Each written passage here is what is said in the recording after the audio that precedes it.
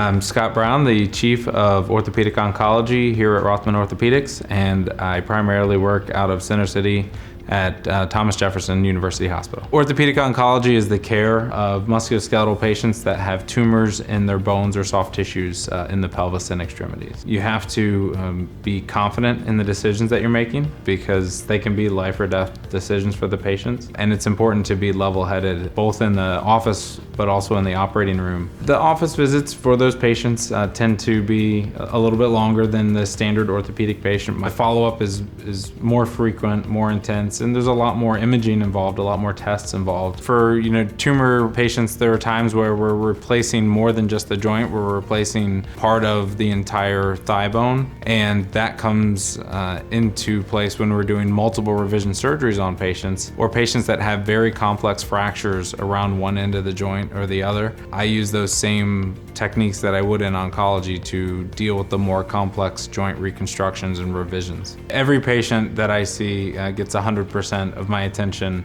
during our visit and throughout their care. Our cancer patients across almost every diagnosis are living longer because of updates in medical treatment. What I do in those situations is that I'm present and I'm available for the patients and for their families, because it's my responsibility when I'm seeing a patient in the clinic or I'm caring for them in the operating room to make sure that I do the best job for every single patient that I see, no matter what their diagnosis is. If you're suffering from an orthopedic oncology problem, such as sarcoma or bone metastasis, or if you have a hip or knee problem, I'd love to help you out. To make an appointment with me, Dr. Scot Brown, visit rothmanortho.com.